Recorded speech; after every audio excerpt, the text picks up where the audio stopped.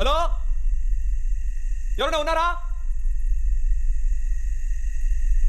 నిశ్శబ్దంగా ఉంది, బాగా నిశ్శబ్దంగా ఉంది, తట్టుకోలేకపోతున్నాను. ఏంటి ఆ సెల్లో ఎవరు? నా మాటలు వినపడుతున్నాయా? ఒక చిన్న టెస్ట్ చేద్దాం. ఈరోజు గూగుల్ కాదు, మీ మెదడు ఆన్సర్ చెప్పాలి. 2005 నుంచి 2020 మధ్య వచ్చిన ఒక తెలుగు ప్యూర్ ఫ్యామిలీ సినిమా పేరు చెప్పండి. బొమ్మరిల్లు, సీతం వాకిట్లో సిరిమల్లి చెట్టు, పిల్ల జమీందార్, శతమానం భవతి, ఇంకా చాలానే ఉంటాయి. చూసారా, ఇక్కడ వరకు మన బ్రెయిన్ బఫరింగ్ లేకుండా 5G స్పీడ్లో ఆన్సర్ ఇచ్చేసింది. ఇప్పుడు లెవెల్ 2 టెస్ట్.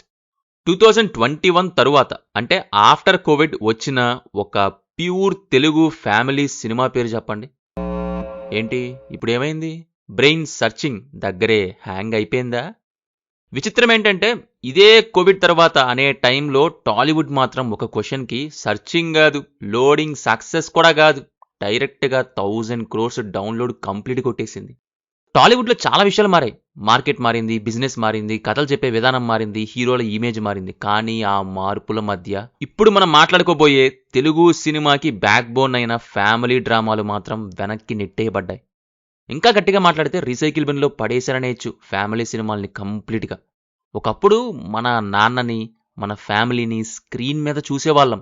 ఇప్పుడు మాత్రం ఉదయం లేస్తే 20 మందిని కొట్టే హీరో, మధ్యాహ్నానికి దేశాన్నే కాపాడే హీరో, రాత్రికి మొత్తం యూనివర్స్ని సేవ్ చేసే హీరో. ఒకప్పుడు డైనింగ్ టేబుల్ దగ్గర జరిగే గొడవలే క్లైమాక్స్, ఇప్పుడు ఖండాలు దాటే ఫైట్లే క్లైమాక్స్.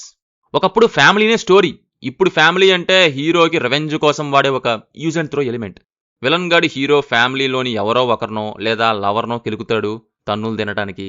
మనోడు వైలెన్స్ చేయటం కోసం ఏదో ఒకటి పెట్టాలి అని పెట్టే పెట్టుడు మాత్రమే.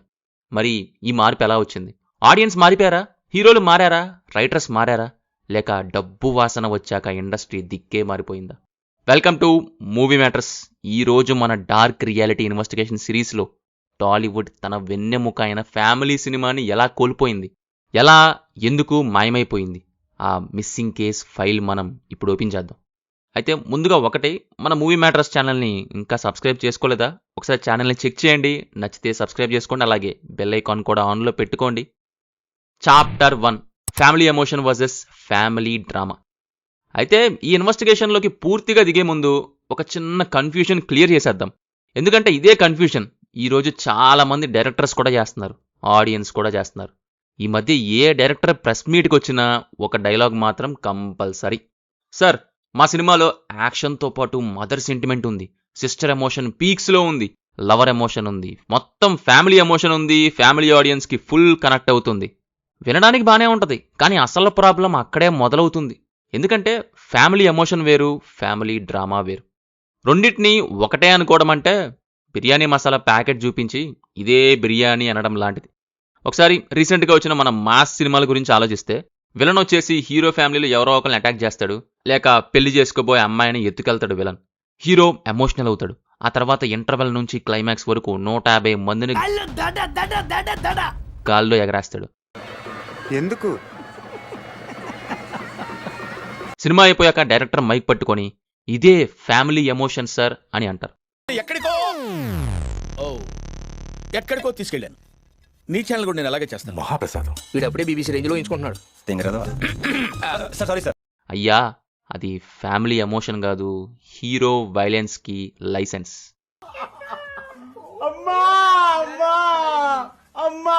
అది ఎమోషన్ కాదు, మోటివేషన్. హీరోకి రివెంజ్ స్టార్ట్ చేయడానికి పెట్రోల్ పోసిన సీన్ అంతే. కానీ బొమ్మరిల్లులో సిద్ధార్థ్ ఎందుకు ఫైట్ చేయలేదు? సీతం వాకిట్లలో మహేష్ ఎందుకు మెషిన్ గన్ పట్టుకోలేదు? ఎందుకంటే అక్కడ విలన్ బయట నుంచి రాలేదు. మన ఈగో, మన పొసెసివ్నెస్, మన మిస్అండర్స్టాండింగ్స్, మన సైలెన్స్, మన ఫ్యామిలీలో జరిగే చిన్న చిన్న మాటలే. అందుకే బొమ్మరిల్లో చూస్తే ఇది మన ఇంట్లో జరిగే కథ అని అనిపించింది. సీతం వాకిట్లో చూస్తే అరే మనోళ్ళు కూడా ఇలానే ఉంటారు అనిపిస్తుంది. మరి ఇప్పుడు ఫ్యామిలీ అంటే హీరో ఇంట్రడక్షన్ ముందు ఒక సాంగ్ కోసం, ఇంటర్వెల్ ముందు ఎమోషనల్ కోసం, క్లైమాక్స్ ముందు రివెంజ్కి రీజన్ కోసం. ఫ్యామిలీ స్టోరీ కాదు, స్టోరీకి యూజ్ చేసే ప్రాప్ అయిపోయింది. అదే మన మిస్సింగ్ కేస్ ఇన్వెస్టిగేషన్లో ఫస్ట్ క్లూ. కానీ అసలు క్వశ్చన్ ఏంటి, ఈ మార్పు ఎందుకు వచ్చింది? ఆడియన్స్కి ఫ్యామిలీ డ్రామాస్ బోర్ కొట్టాయా, లేక ఇండస్ట్రీకి వేరే డిజీజ్ పట్టిందా? ఆన్సర్ కోసం మనం కొంచెం టైం ట్రావెల్ చెయ్యాలి. 2017కి అక్కడే ఈ మిస్సింగ్ కేస్ స్టార్ట్ అయ్యింది. చెప్పరా. Chapter 2 the Excel sheet mafia the crime begins. 2017 టాలీవుడ్కి వైరస్ సోకిన సంవత్సరం. సరే, ఇప్పుడు అసలు మన కేసులోని ఆ మిస్సింగ్ జరిగిన క్రైమ్ సీన్ దగ్గరికి వెళ్దాం. ఈ ఫ్యామిలీ డ్రామాల మిస్సింగ్ కేసు అనేది ఒకరోజు ఉదయం లేచేసరికి జరగలేదు. దీనికి ఒక డేట్ ఉంది, ఒక టర్నింగ్ పాయింట్ ఉంది. అవును, అదే 2017 సంవత్సరం. బాహుబలి 2 వచ్చింది అదే సంవత్సరం. మనం థియేటర్లో నిలబడి పేపర్లు ఎగరేసాం, చప్పట్లు కొట్టాం. ప్రపంచం మొత్తం తెలుగు సినిమా వైపు తిరిగి చూసింది. ఇక్కడ వరకు అంతా బానే ఉంది. కానీ మనం థియేటర్లో చప్పట్లు కొడుతుంటే జూబ్లీ హిల్స్ ఆఫీసులో మాత్రం కొంతమంది ఎక్సెల్ షీట్స్ ఓపెన్ చేశారు. అక్కడే సినిమా కథలు రాయటం ఆగిపోయింది, క్యాలిక్యులేషన్స్ రాయటం మొదలయ్యింది. అంతకుముందు ప్రొడ్యూసర్ మీటింగ్ ఎలా ఉంది తెలుసా? స్టోరీ ఎలా ఉంది? ఎమోషన్ వర్కౌట్ అవుతుందా? క్యారెక్టర్స్ గుర్తుంటాయా? ఇలాంటి క్వశ్చన్స్. 2017 తర్వాత క్వశ్చన్స్ చేంజ్ అయ్యాయి. నార్త్ మార్కెట్ ఎంత, హిందీ రైట్స్ ఎంత, ఓవర్సీస్ ఎంత, ఓటీటీ ఎంత, అలా చెప్పు, మన దగ్గర మోసాలు కుదరవు. ఇద్దరం కలిసి కష్టపడడం శాటిలైట్ ఎంత, బ్రేక్ ఈవెన్ ఎంత, ఆర్ఓఐ ఎంత. మరి స్టోరీ తర్వాత చూద్దాం. సినిమా మీటింగ్లో స్టోరీ లాస్ట్ ప్రయారిటీ అయిపోయిందని ఎవరైనా ఊహించారా? ఇప్పుడు ఒక ఇమాజినరీ సీన్ ఊహించండి. ఒక రైటర్ చాలా జెన్యూన్ ఫ్యామిలీ స్టోరీ రాసుకొని వచ్చారనుకుందాం. ప్రొడ్యూసర్ చదువుతారు, హీరో కూడా చదువుతారు. సార్, అద్భుతంగా ఉంది, చాలా మంచి ఆలోచన. మీకు ఏ సహకారం కావాలన్నా ఈ ప్రభుత్వం చేస్తుంది. This is Padmanabham, my PS. Hello. వీరు మీకు అన్ని వివరాలు చెప్తారు. రైటర్ ఫేస్లో స్మైల్. అప్పుడే ప్రొడ్యూసర్ క్యాలిక్యులేటర్ తీస్తారు.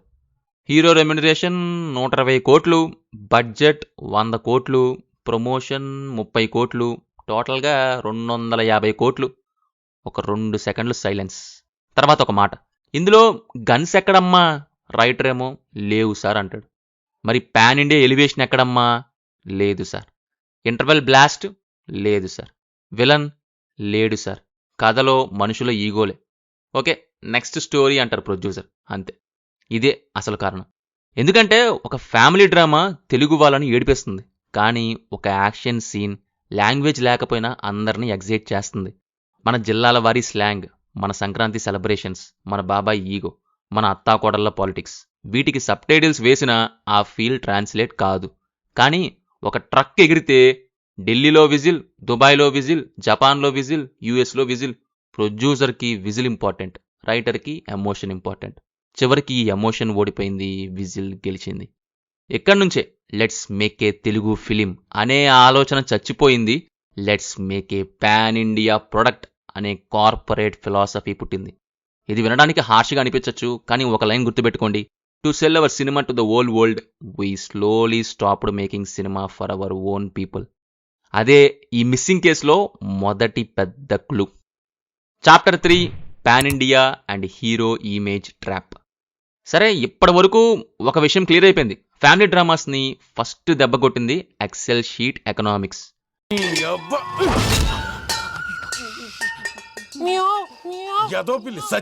కానీ ఆ ఎక్సెల్ షీటు ఒక్కడే పెద్ద క్రైమ్ చేయలేదు. దానికి ఒక పవర్ఫుల్ పార్ట్నర్ దొరికాడు. ఆడే పాన్ ఇండియా గాడు.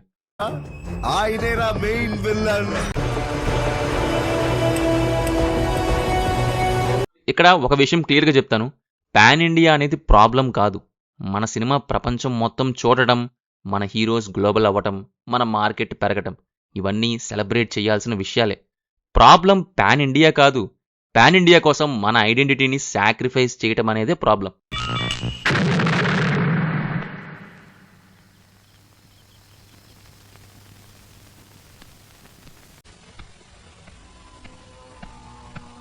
అక్కడే క్రైమ్ స్టార్ట్ అయింది. ఒక సింపుల్ క్వశ్చన్. శతమానం పోతే గాని సీతం బకెట్లో సినిమాల చెట్టుని హిందీలో డబ్ చేసి బీహార్లో రిలీజ్ చేస్తే అక్కడున్న ఆడియన్స్కి క్యారెక్టర్స్ కనెక్ట్ అవుతాయా? మన ఫ్యామిలీ డైనమిక్స్ మన రేంజ్లో కనెక్ట్ అవుతాయా? మేబీ కొంచెం అవ్వచ్చు, కానీ మనలాగా కాదు. జై జానకి నాయక రేంజ్లో రిపీట్స్ చేస్తారా అంటే అస్సలు లేదు. మా నాన్నని తిట్టా ఊరుకున్నా, మా బతుకుని తిట్టా ఊరుకున్నా, మా అమ్మని తిట్టా ఊరుకున్నా, కానీ నీ కూతురు నిప్పురా. నాకు అర్థం కాలేదు సార్. నెమ్మదిగా అన్ని అర్థమవుతాయి కానీ ఎందుకంటే ఫ్యామిలీ డ్రామా అనేది ఎమోషన్తో పాటు కల్చర్ మీద డిపెండ్ అవుతుంది. మన ఇంట్లో జరిగే మాటలు, మన ఫెస్టివల్స్, మన రిలేటివ్స్, మన బిహేవియర్ అవి మన వాళ్ళకి ఇన్స్టెంట్గా కనెక్ట్ అవుతాయి. కానీ ఒక హీరో స్లో మోషన్లో నడుస్తూ బ్యాక్గ్రౌండ్లో ఫైర్ ఎక్స్ప్లోజన్స్, తర్వాత 100 మంది గాల్లో ఎగిరితే ఇంట్రడక్షన్ என்னன்னா ஒரு 25 ரயில் கால்ல தட தட தட தட அதுதான் హీరో ఇంట్రడక్షన్. దానికి లాంగ్వేజ్ ఏంటి, కల్చర్ ఏంటి, ఏమీ అవసరం లేదు. వైలెన్స్కి సబ్ టైటిల్స్ అవసరం లేదు. ఫ్యామిలీ డ్రామాకి మాత్రం రూట్స్ కావాలి. అక్కడే ప్రొడ్యూసర్స్ ఒక డేంజరస్ క్యాలిక్యులేషన్ స్టార్ట్ చేశారు. లాజిక్గా 100 కోట్లు ఎందుకు, గ్లోబల్గా 1000 కోట్లు కొట్టచ్చు కదా అని. అంతే, గోదావరి స్టోరీస్ పక్కకెళ్ళిపోయాయి, మన ఫ్యామిలీ ఎమోషన్స్ పక్కకెళ్ళిపోయాయి, మన వరండా కన్వర్జేషన్స్ పక్కకెళ్ళిపోయాయి. స్క్రీన్ మీద gangs, mafia, blood, dark worlds occupy చేసేసాయి. మరి దీంతోనే సరిపోలేదు, ఇంకో ప్రాబ్లం సైలెంట్గా పెరిగింది, హీరో ఇమేజ్. ఒకప్పుడు మన స్టార్స్ స్క్రీన్ మీద మనుషుల్లా కనపడేవాళ్ళు. జాబ్ కోసం తిరిగేవాళ్ళు, ఫాదర్ని ఎదుర్కోలేక సైలెంట్గా నిల్చునేవాళ్ళు, వైఫ్తో గొడవ పడేవాళ్ళు, ఫ్యామిలీ కోసం కాంప్రమైజ్ అయ్యేవాళ్ళు. అందుకే వాళ్ళని చూసి అరే ఇది మన ఇంట్లో జరిగింది కదా అనే ఫీల్ అయ్యేవాళ్ళం. ఇప్పుడు హీరో ఇంట్రడక్షన్కి ముందే బీజిఎంకి ఆక్సిజన్ సిలిండర్ కావాలి. హీరో నడిస్తే ఎర్త్క్వేక్, కాఫీ తాగితే ఎలివేషన్, షర్టు బటన్ పెట్టిన గూస్ బంప్స్. ఫ్యాన్స్ ఎక్స్పెక్టేషన్స్ కూడా అలా అయిపోయింది. హీరో నార్మల్గా మాట్లాడితే అన్నా మాస్ ఎక్కడా, ఫైట్ లేకపోతే సినిమా ఫ్లాట్, పంచ్ డైలాగ్ లేకపోతే టికెట్ వేస్ట్. అలా మెల్లిగా హీరో ఒక క్యారెక్టర్ నుంచి ఒక బ్రాండ్ అయిపోయాడు. ఆ బ్రాండ్ని ప్రొటెక్ట్ చేయాలి, బ్రాండ్ని సెల్ చేయాలి, బ్రాండ్కి మార్కెట్ పెంచాలి. ఆ ప్రాసెస్లో హీరో మనిషిగా ఉండడం ఆపేశాడు. అందుకే ఈరోజు మన స్టార్ హీరో దగ్గరికి Bommarillu, SVSC, Brindavanam, mister perfect లాంటి స్క్రిప్ట్స్ వెళ్ళినా ఫస్ట్ క్వశ్చన్ స్టోరీ గురించి కాదు, పాన్ ఇండియా వర్క్ అవుతుందా అనే క్వశ్చన్. తెలుగు ఫ్యామిలీ డ్రామాకి పడిన biggest curse. To sell our cinema globally, we slowly stopped making cinema that belong to us. Chapter 4, trailer syndrome, వృద్ధుడు mafia. సరే, ఇప్పటి వరకు ప్రొడ్యూసర్ మైండ్ సెట్ ఎలా మారిందో చూసాం. కానీ ఒక చిన్న డౌట్ రావచ్చు, డబ్బు కావాలి సరే, కానీ మంచి ఫ్యామిలీ స్టోరీ తీసి కూడా డబ్బులు సంపాదించవచ్చు కదా అని. Yes, logical question. కానీ ఈరోజు సినిమా హిట్ అవ్వాలంటే ముందు సినిమా హిట్ అవ్వాల్సిన అవసరం లేదు, ట్రైలర్ హిట్ అవ్వాలి. కొంచెం గట్టిగా చెప్తే ఇప్పుడు సినిమా భవిష్యత్తు ఎడిటింగ్ రూమ్లో కాదు, ట్రైలర్ కట్ చేసి ఎడిటింగ్ రూమ్లో డిసైడ్ అవుతుంది. నమ్మట్లేదా? ఈ మధ్య వచ్చిన ఏ పెద్ద సినిమా ట్రైలర్ అయినా గుర్తు చేసుకోండి. 5 సెకండ్లలో ఎలివేషన్, 10 సెకండ్లలో బ్లాస్ట్, మధ్యలో గూస్ బంప్స్ బీజిఎం, చివర్లో ఒక మాస్ డైలాగ్. కింద కామెంట్స్లో 1000 crores లోడింగ్ అని పెట్టేస్తారు. అదే సోషల్ మీడియాలో మొత్తం రొటేట్ చేసేస్తారు. ఇప్పుడు అదే టెంప్లెట్లో బొమ్మరిల్లు ట్రైలర్ కట్ చేసి చూడండి, ఏమవుతుంది? ఒక నాన్న కొడుకుని ఎక్కువ ప్రేమతో కంట్రోల్ చేస్తున్నాడు. ఒక అమ్మాయి వచ్చి ఆ అబ్బాయి జీవితాన్ని మార్చుతుంది. ఇంట్లో అందరూ కలిసి భోజనం చేస్తున్నారు. అంతే. దీనికి యూట్యూబ్లో 150 million వ్యూస్ వస్తాయా? ఒకసారి చూసి సర్లే అని పక్కన పెట్టేస్తారు. అదే అసలు ప్రాబ్లం. ఫ్యామిలీ డ్రామా అనేది ట్రైలర్లో అమ్మే ప్రొడక్ట్ కాదు, థియేటర్లో ఎక్స్పీరియన్స్ చేసే ఎమోషన్. దాని బ్యూటీ స్లోగా బిల్డ్ అవడంలో ఉంటుంది, క్యారెక్టర్గా కనెక్ట్ అవడంలో ఉంటుంది, క్లైమాక్స్లో గుండెల్లో దిగటంలో ఉంటుంది. కానీ మార్కెటింగ్ టీంకి అంత టైం ఎక్కడ? వాళ్ళకి ఫ్రైడే ఓపెనింగ్స్ కావాలి, అడ్వాన్స్ బుకింగ్స్ కావాలి, హ్యాష్ట్యాగ్ ట్రెండ్స్ కావాలి, ఫస్ట్ డే రికార్డ్స్ కావాలి. సో మీటింగ్లో లాస్ట్ డెసిషన్ ఏంటి? సార్, ట్రైలర్ కట్కి పనికి రాదు అనేస్తారు. ఒక సెంటెన్స్. కానీ ఆ ఒక్క సెంటెన్స్ ఎన్ని మంచి స్క్రిప్ట్స్ని డస్ట్బిన్లో పడేసిందో ఎవరికి తెలియదు. ఫన్నీ థింగ్ ఏంటంటే, ఒకప్పుడు సినిమా కోసం ట్రైలర్ కట్ చేసేవాళ్ళు ఇప్పుడు ట్రైలర్ కోసం సినిమా రాస్తున్నారు. ఇంటర్వెల్ బ్లాస్ట్ ట్రైలర్లో హైలైట్ అవ్వాలి కాబట్టి సీన్ రాస్తున్నారు. ఫ్యాన్ ఎడిట్స్లో వైరల్ అవ్వాలి కాబట్టి డైలాగ్ రాస్తున్నారు. రీల్స్లో ట్రెండ్ అవ్వాలి కాబట్టి ఎలివేషన్ పెడుతున్నారు. మెల్లిగా సినిమా అనే మీల్ని పక్కన పెట్టి ట్రైలర్ అనే స్టార్టర్ని మెయిన్ కోర్స్ చేసేసాం. అదే ఈ generation biggest marketing disease. Producer ఇప్పుడు డైరెక్టర్ని అడిగేది ఒకటే, సినిమా బాగుంటుందా అని కాదు, ట్రైలర్ వైరల్ అవుతుందా అని. అక్కడే ఫ్యామిలీ డ్రామాస్ ఇంకోసారి ఓడిపోయాయి. ఎంతకు తెగించారా? నన్నే కిడ్నాప్ చేయాలని చూస్తారా? ఏంట్రా అర్సాకు? ప్రొఫెషనల్ గా నీకంటే పాపులర్ అవుతున్నాను. Chapter 5, writers last real life. Writers సొసైటీని అబ్జర్వ్ చేయటం మానేసి ఓటీటీలో మూవీస్ని అబ్జర్వ్ చేయటం స్టార్ట్ చేశారు. ఇది రైటింగ్ అంటే, ఇది క్లైమాక్స్ అంటే, ఇది ట్విస్ట్ అంటే, ఇట్లా రాయాలి కాదు, ఇదే రాయాలి. ఇప్పుడు నేను చెప్పబోయే పాయింట్ కొంచెం కాంట్రవర్షియల్, కొంతమంది రైటర్స్కి కోపం రావచ్చు కూడా, బట్ చెప్పక తప్పదు.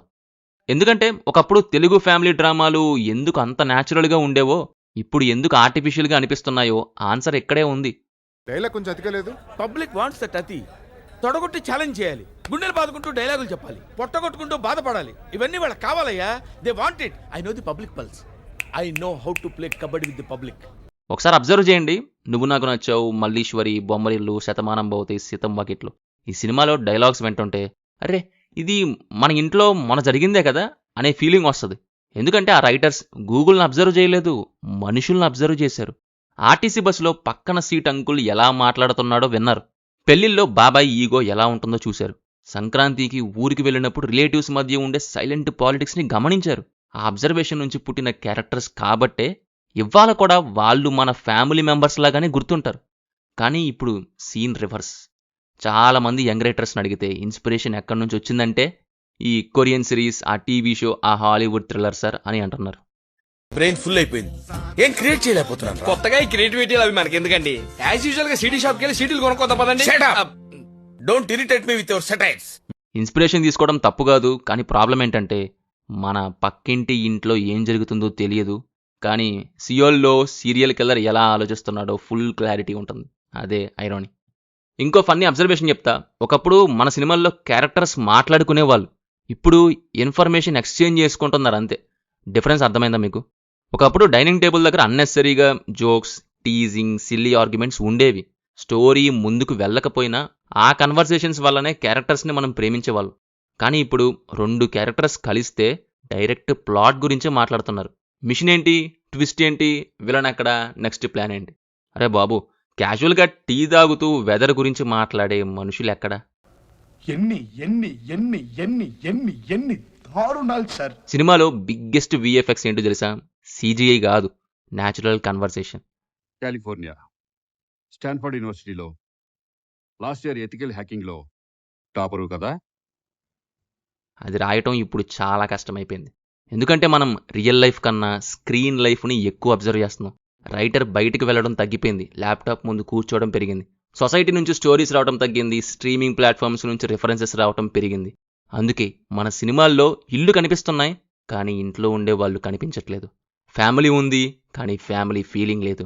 డైలాగ్ ఉంది, కానీ మాటల వెనక జీవితం లేదు. అదే రీజన్ ఈ జనరేషన్లో technically brilliant writers and directors చాలామందే ఉన్నారు. కానీ మన నాన్న, అమ్మ, మన మావయ్య, మన అక్క, మన వదిన లాంటి క్యారెక్టర్స్ క్రియేట్ చేసే రైటర్స్ మాత్రం చాలా రేర్ అయిపోయారు. ఇంకా గట్టిగా మాట్లాడితే టెక్నికల్ వర్క్ తోపు, స్క్రీన్ ప్లే స్లీపు అన్నట్టు ఉంటున్నాయి. అదే తెలుగు ఫ్యామిలీ డ్రామా అని సైలెంట్గా వీక్ చేసిన ఇంకొక పెద్ద reason. Chapter 6 the golden era. మనం అసలు ఏం కోల్పోయాం? సరే, ఇప్పటి వరకు ఏది మిస్ అయింది, ఎలా మిస్ అయిందో కొంత చూసాం. కానీ కేసు క్రాక్ చేయాలంటే ఒక మిస్సింగ్ కేసు ఇన్వెస్టిగేషన్లో లాస్ట్గా ఆ వ్యక్తి చివరిసారిగా ఎక్కడ కనిపించాడు, అప్పుడు ఎలా ఉండేవాడు అని చూడకపోతే అది ముందుకెళ్ళదు, కేసు కంప్లీట్ అవ్వదు. సో ఒకసారి వెనక్కి వెళ్దాం, అసలు మనం ఏం కోల్పోయామని. ఎందుకంటే ఈ జనరేషన్కి ఫ్యామిలీ డ్రామా అంటే slow cinema, serial type movie, OTT content అనే ఫీలింగ్ వచ్చేసింది. కానీ ఒకప్పుడు అదే జానరా తెలుగు సినిమాకి హార్ట్ బీట్. 2000 నుంచి 2020 వరకు మన టాలీవుడ్ని ఒకసారి రివైండ్ చేసుకోండి. ఎన్నో సినిమాలు, బొమ్మరిల్లు, నువ్వు నాకు నచ్చావు, మల్లీశ్వరి, సీతం వాకిట్లు, మిస్టర్ పర్ఫెక్ట్, బృందావనం, పిల్ల జమీందార్, అందరి బంధువయ్య, శతమానం భవతి, అలా వైకుంఠపురంలో. అబ్జర్వ్ చేశారా? ఇవన్నీ ఒక జానరా మూవీస్ కావు, ఒక ఫీలింగ్. అప్పట్లో థియేటర్ నుంచి బయటకు వచ్చాక హీరో ఇంట్రో గురించి మాట్లాడుకునే వాళ్ళం కాదు. ప్రకాష్ రాజ్ క్యారెక్టర్ మా నాన్నలాగే ఉందిరా, రేలంగిమావయ్య మా బాబాయ్ కాపీరా, ఆ క్లైమాక్స్లో నేను ఏడ్ చేశారా, ఇలా క్యారెక్టర్స్ గురించి మాట్లాడుకునే వాళ్ళం. ఎందుకంటే ఆ సినిమాల్లో హీరో స్టోరీ కాదు, ఫ్యామిలీయే స్టోరీ. డైనింగ్ టేబుల్ దగ్గర జరిగే ఒక ఆర్గ్యుమెంట్, టెర్రస్ మీద అన్నా తమ్ముళ్ళు మాట్లాడుకునే ఒక 5 minutes, ఫెస్టివల్ రోజు రిలేటివ్స్ మధ్య జరిగే ఆక్వర్డ్ సైలెన్స్, ఇంట్లో అమ్మ ఒక సైడ్, నాన్న ఒక సైడ్, మధ్యలో పిల్లలు శాండ్విచ్ అయ్యే సిచ్యువేషన్. ఇవి చూడడానికి సినిమాటిక్గా అనిపించకపోవచ్చు, కానీ మన లైఫ్లో బిగ్గెస్ట్ ఫైట్స్ ఇవే. అందుకే ఈ సినిమాలు ఎవర్ గ్రీన్ అయ్యాయి. ఇంకో ఇంట్రెస్టింగ్ పాయింట్ ఏంటో తెలుసా?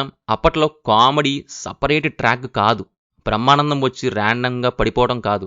కామెడీ అనేది సిచ్యువేషన్ నుంచి పుట్టేది, క్యారెక్టర్స్ బిహేవియర్ నుంచి పుట్టేది. అందుకే 10th టైం చూసినా నవ్వు వస్తుంది, 20th టైం చూసినా బోర్ కొట్టదు. అదే ఎప్పటి సినిమాల్లో మీమ్ రిఫరెన్సెస్ ఉంటాయి, ఆ మీమ్ ట్రెండ్ అయ్యే ఊరికే నవ్వు వస్తుంది, ట్రెండ్ అయిపోయాక జోక్ కూడా ఎక్స్పైర్ అయిపోతుంది. కానీ నువ్వు నాకు నచ్చావు comedy, Malliswari comedy, Ready comedy ఈ రోజుకి ఫ్రెష్గానే ఉంటాయి. అదే difference between trend and timeless writing. ఇంకో షాకింగ్ అబ్జర్వేషన్ చెప్పనా, ఈ రోజుకి టీవీలో సాటర్డే ఆఫ్టర్నూన్ బొమ్మరిల్లు వచ్చినా, ఇంకోటి ఏదో ఫ్యామిలీ డ్రామా సినిమా వచ్చినా మార్చకుండా చూసేస్తాం మనం. కానీ 1000 crores కొట్టిన యాక్షన్ బ్లాక్ బస్టర్ టీవీలో వస్తే ఆల్రెడీ చూసానులే అని నెక్స్ట్ ఛానల్కి వెళ్ళిపోతాం. ఎందుకంటే యాక్షన్ ఎగ్జైట్మెంట్ని క్రియేట్ చేస్తుంది. కన్నులేంది ఒక జూమ్ బ్యాక్ వంద ఫస్ట్ షాట్. ఫ్యామిలీ డ్రామా మెమరీస్ని క్రియేట్ చేస్తుంది. చూసి కూడా చూడనట్టు వెళ్తున్నావు. బాగున్నావా? సరే వెళ్ళు. యాక్షన్ సినిమా థియేటర్లో ఫినిష్ అయిపోతుంది, ఫ్యామిలీ సినిమా మన లైఫ్లో కంటిన్యూ అవుతుంది.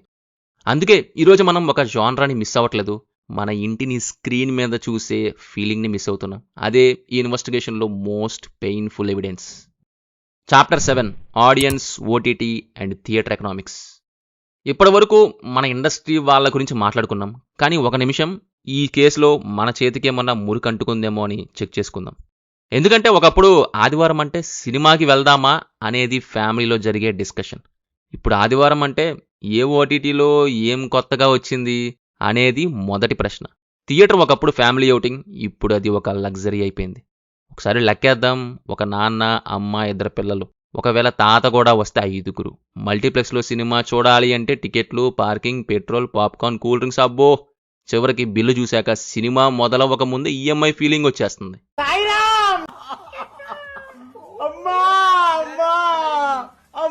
3 గంటల ఎంటర్టైన్మెంట్ కోసం 2-3 వేలు ఖర్చు పెట్టాలంటే ఒక మిడిల్ క్లాస్ ఫ్యామిలీ 2 సార్లు ఆలోచిస్తుంది.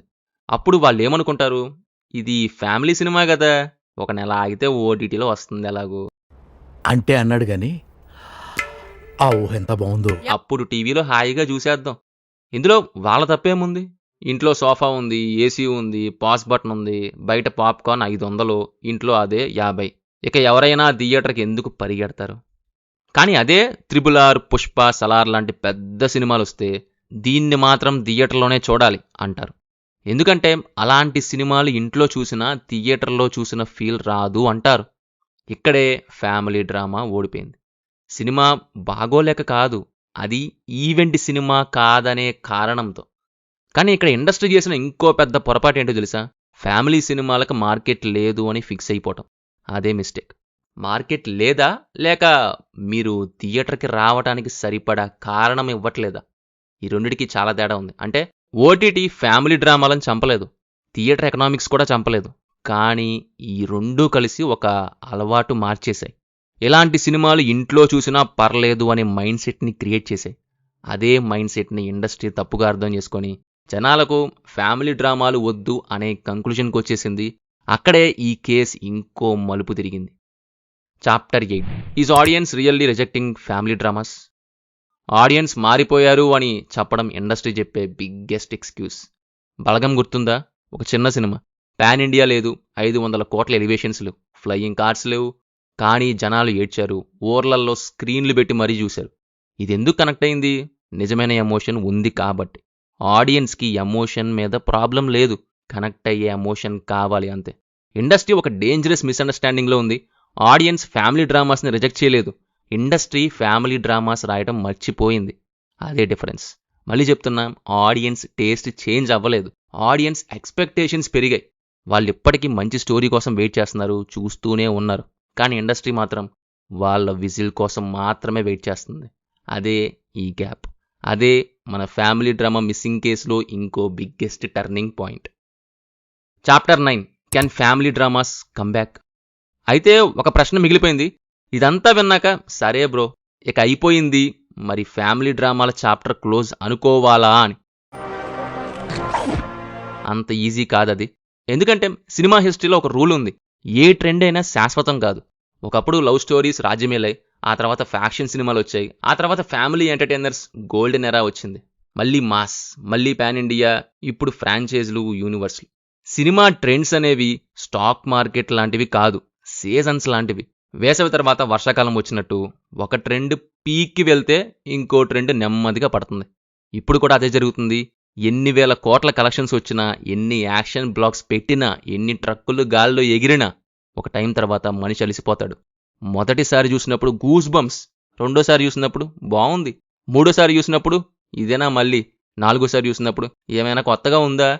ఇక్కడే ప్రతి ట్రెండ్ సాచురేట్ అయిపోతుంది. అప్పుడు మళ్ళీ కథలకు విలువ పెరుగుతుంది, మళ్ళీ క్యారెక్టర్స్ గురించి మాట్లాడుకుంటారు, మళ్ళీ మనుషుల ఎమోషన్స్ పెద్దవిగా కనిపిస్తాయి. బహుశా అదే రోజు ఈ రోజు మనం మిస్ అవుతున్న ఫ్యామిలీ డ్రామాలు తిరిగి పుట్టిన రోజు కూడా అవ్వచ్చు. ఎందుకంటే గన్ శబ్దం థియేటర్ బయటకు వచ్చాక మర్చిపోవచ్చు, కానీ ఇంట్లో అమ్మ చెప్పిన ఒక మాట, నాన్న కళల్లో కనిపించిన ఒక బాధ, అన్న తమ్ముళ్ళ మధ్య జరిగిన ఒక చిన్న గొడవ, ఇవి మాత్రం మన జీవితాల్లో ఎప్పటికీ మర్చిపోలేం. ఎప్పుడైతే మన మేకర్స్ 1000 కోట్ల మార్కెట్ కంటే ఒక మంచి కథని నమ్ముతారో, ఎక్సెల్ షీట్ కంటే మనిషి ఎమోషన్ని నమ్ముతారో, అప్పుడు తెలుగు సినిమాకి బ్యాక్ బోన్ అయిన ఆ ప్యూర్ ఫ్యామిలీ డ్రామాలు తప్పకుండా తిరిగి వస్తాయి. ఎందుకంటే ట్రెండ్ని మార్కెట్ నిర్ణయిస్తుంది, కానీ మనుషుల్ని ఎప్పటికీ కనెక్ట్ చేసేది మాత్రం కుటుంబమే. ఏం సార్ వీడు శివాజీనేనయ్యా, శివాజీనే సార్ ఊరుకోండి సార్, మనమే కదా శివాజీని చంపింది మీరు, కాల్చింది మేము. ఎవరినో పట్టుకుని లేదయ్యా, ఏదో గోల్మాల్ జరిగింది. చూడవయ్యా అన్యాయాన్ని, వాడి శిలకి వాడే దండేసుకుంటున్నాడు. Chapter 10 final investigation. అసలు అంతం చేసిన వ్యక్తి ఎవరు మరి? ఇప్పటి వరకు మనం ఈ కేసులో ఉన్న ప్రతి సస్పెక్ట్ని ఒక్కొక్కరికి ఇంట్రాగేట్ చేశాం. మొదట ఫ్యామిలీ ఎమోషన్ పేరుతో మనల్ని ఎలా మోసం చేస్తున్నారో చూసాం. ఆ తర్వాత ఒకప్పుడు ఫ్యామిలీ డ్రామాలు ఎందుకు గోల్డెన్ ఎరా అయ్యాయో క్రియేట్ చేశాయో చూసాం. 2017 తర్వాత 1000 కోట్ల కళ ఎలా ఇండస్ట్రీ మైండ్ సెట్ని పూర్తిగా మార్చేసిందో చూసాం. పాన్ ఇండియా మార్కెట్ కోసం మన లోకల్ సోల్ని ఎలా పక్కన పెట్టేశారో చూసాం. ట్రైలర్స్ సినిమాల కంటే పెద్దవిగా ఎలా మారిపోయాయో చూసాం. రైటర్స్ రియల్ లైఫ్ వదిలి స్క్రీన్లో ఎలా బతకడం మొదలు పెట్టారో చూసాం.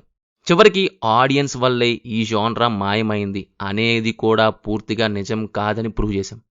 అయితే అసలు దీన్ని అంటే ఫ్యామిలీ సినిమాని మరి అంతం చేసింది ఎవరు? హీరోనా? కాదు. ప్రొడ్యూసరా? కాదు. రైటరా? కాదు.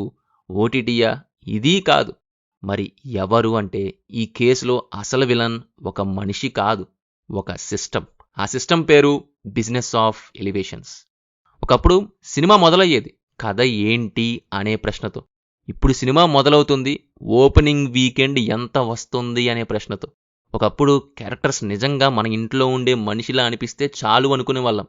ఇప్పుడు అదే క్యారెక్టర్స్కి ఇంట్రో షాట్ ఎన్ని రియాక్షన్ వీడియోలు తెస్తుంది, ఎన్ని విజిల్స్ పడతాయి, ఎన్ని ఎడిట్స్ వస్తాయి అనే లెక్కలు మొదలవుతున్నాయి. కథ రాయకముందే మార్కెటింగ్ ప్లాన్ రెడీ అయిపోతుంది. సినిమా తీయకముందే ట్రైలర్ కట్స్లో ఏమేం పెట్టాలో ఊహించేస్తున్నారు. క్యారెక్టర్స్ డెవలప్ చేయకముందే పాన్ ఇండియా పోస్టర్ డిజైన్ అయిపోతున్నాయి. అంటే సినిమా ఇంకా పుట్టలేదు, కానీ బిజినెస్ అప్పుడే పెద్దవాడైపోయాడు. అందుకే మనం ఇన్ని రోజులు ఫ్యామిలీ డ్రామాలు చచ్చిపోయి అనుకున్నాం, కానీ నిజానికి వాటిని ఒక్క రోజులో చంపేయలేదు. నెమ్మదిగా ఊపిరాడకుండా చేశారు. ఇది నార్త్లో ఆడదో, ఇది ట్రైలర్లో పేలదో, ఇది ఓపెనింగ్స్ తేవదో, ఇది ఓటీటీలో అంతగా రాదు అని ఒక్కో కారణం చెబుతూ చివరికి ఆ జాన్రాని కార్నర్లో నిలబెట్టేశారు. కత్తితో కాదు, గన్తో కాదు, ఒక ఎక్సెల్ షీట్తో. అదే ఈ కేసులోని అసలు ట్విస్ట్.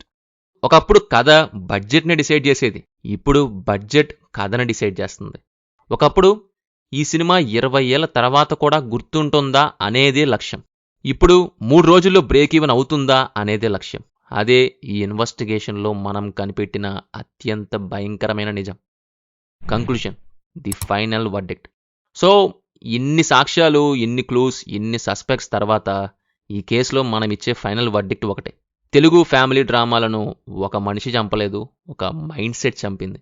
1000 కోట్ల కళ, పాన్ ఇండియా వ్యామోహం, excel sheets, trailer marketing, hero image, theatre economics, OTT, real లైఫ్కి దూరమైన రైటింగ్, ఇవన్నీ ఒక్కొక్కటి ఒక్కో దెబ్బ కొట్టాయి. ఆ దెబ్బలన్నీ కలిసే ఒకప్పుడు తెలుగు సినిమాకి వెన్నెముకలా నిలిచిన ఫ్యామిలీ డ్రామాలను ఐసీయూకి తీసుకెళ్లాయి. కానీ ఒకటి మాత్రం నిజం, ఎందుకంటే ఈ జాన్రా మళ్ళీ వస్తుంది. అంతమైపోయి ఉంటే బలగం చూసి ఊర్లు ఏడ్చేవి కాదు. ఇప్పటికీ మంచి కథ వస్తే తెలుగు ఆడియన్స్ దాన్ని గుండెల్లో పెట్టుకుంటారు. సమస్య ఆడియన్స్లో కాదు, అలాంటి కథలు చెప్పడానికి రిస్క్ చేసే వాళ్ళు తగ్గిపోయారు. ఇప్పుడు ఒకసారి వీడియో స్టార్ట్లో చేసిన ఆ చిన్న టెస్ట్ గురించి గుర్తు చేసుకోండి. 2005 నుంచి 2020 మధ్య వచ్చిన ఫ్యామిలీ ఎంటర్టైనర్స్. మన బ్రెయిన్ ఒక్క సెకండ్ కూడా తీసుకోకుండా వరుసగా చెప్పేసింది. కానీ 2021 తర్వాత పేరు చెప్పమంటే మనమందరం సర్చింగ్ దగ్గరే ఆగిపోయాం. అది మన మెమరీ వీక్ అయిపోయిందని కాదు, మన ఇండస్ట్రీ కొత్త మెమరీస్ క్రియేట్ చేయటం మానేసింది. ఒకప్పుడు సినిమా అయిపోయాక ఇంటికి వెళ్తూ కారులో అదే సినిమా గురించి మాట్లాడుకునే వాళ్ళం. మా నాన్న కూడా ఇలానే ఉంటారు, మా అన్న కూడా అచ్చం ఇదే క్యారెక్టర్ లాంటోడే, మా ఇంట్లో కూడా అలానే జరిగింది అని. ఇప్పుడు థియేటర్ నుంచి బయటకు వస్తూ ఏమనుకుంటున్నారు? Bro, interval block next level, climax fight goose bumps, hero entry mass 2 రోజుల తర్వాత. Next trailer, next update, next 1000 crores poster. అంతే. కానీ ఒక ఫ్యామిలీ డ్రామా అలా కాదు. అది సినిమా అయిపోయాక మొదలవుతుంది. టీవీలో మళ్ళీ వస్తే చూస్తాం, ఓటీటీలో మళ్ళీ చూస్తాం. 20 ఏళ్ల తర్వాత వచ్చిన ఛానల్ మార్చం. ఎందుకంటే యాక్షన్ సినిమాలు రికార్డులు క్రియేట్ చేస్తాయి. ఫ్యామిలీ డ్రామాలు జ్ఞాపకాలను క్రియేట్ చేస్తాయి. రికార్డ్స్ బాక్స్ ఆఫీసులో బ్రతుకుతాయి, క్లాసిక్స్ మన ఇళ్లల్లో బ్రతుకుతాయి. అందుకే బహుశా ఇప్పుడు టాలీవుడ్కి ఇంకో 1000 కోట్ల యాక్షన్ ఎపిక్ అవసరం లేదేమో. మన ఇంటిని, మన మనుషుల్ని, మన బంధువుల్ని మళ్ళీ స్క్రీన్ మీద చూపించే ఇంకో బొమ్మరిల్లు అవసరం. ఇంకో సీతం వాకెట్లో సినిమాల చెట్టు అవసరం. ఎందుకంటే ప్రపంచం మొత్తం గెలిచే ముందు మన ఇంటిని మళ్ళీ గెలవాలి. That's the matter. ఈ ఇన్వెస్టిగేషన్ కనుక నచ్చితే వీడియోకి లైక్ కొట్టండి. అండ్ అలాగే దీని పట్ల మీరేమనుకుంటున్నారో కూడా కింద కామెంట్స్లో షేర్ చేయండి మీ అభిప్రాయాలు ఏంటో. ఉంటాను మరి. Stay cinema, stay real. This is movie matters signing off. జై హింద్.